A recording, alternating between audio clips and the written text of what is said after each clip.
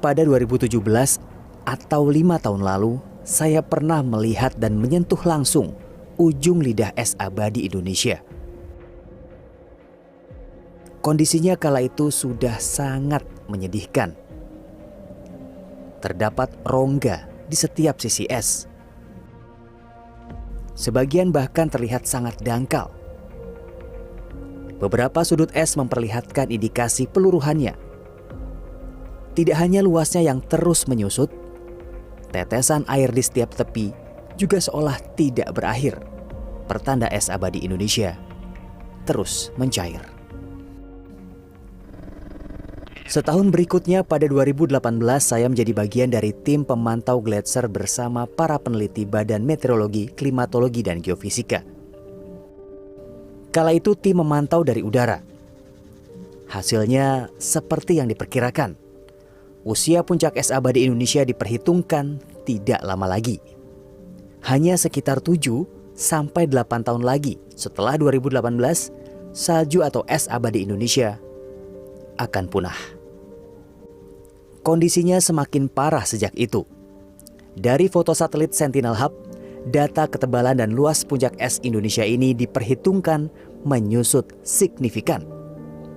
Setiap tahun, luas dan ketebalan es yang meleleh atau hilang setara dengan luas 10 kali lapangan sepak bola Amerika.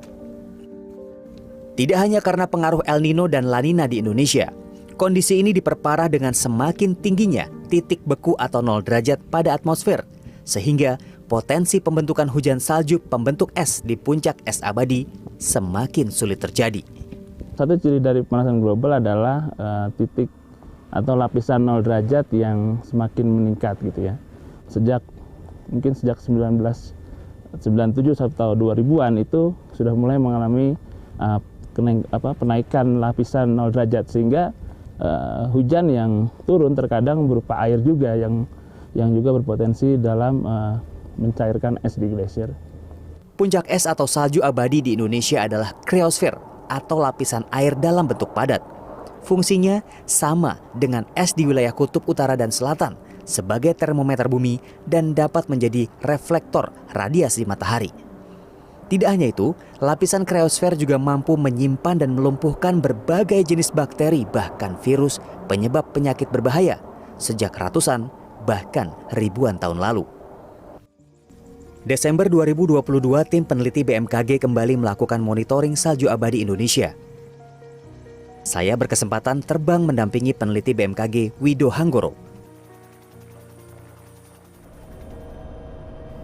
Sayangnya untuk memantau sisa stek di permukaan es pun sulit dilakukan. Ya, memang tujuan awal kita kan ada dua ya Mas ya. Yang pertama adalah steknya itu sendiri, dan yang kedua kita lihat secara visual. Tapi sayang sekali tadi kita nggak bisa melihat steknya, padahal itu adalah data yang sangat penting. Kalau kita lihat, itu penurunan saljunya atau retreat dari salju itu sangat masif Mas.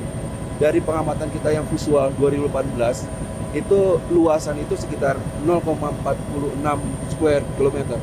Sekarang diperkirakan dari data April 2022 dari satelit Sentinel itu sekitar setengahnya gitu.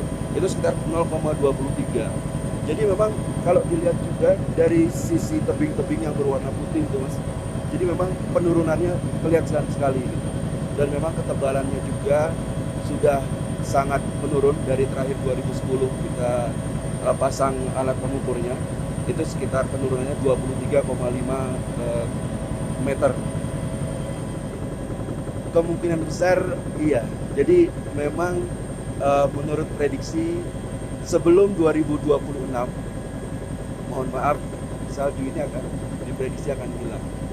Jadi memang kita tidak punya lagi yang namanya salju abadi. Kondisi pemanasan global dan perubahan iklim menyebabkan tidak ada upaya yang bisa dilakukan untuk mencegah es abadi Indonesia meleleh dan bergegas punah.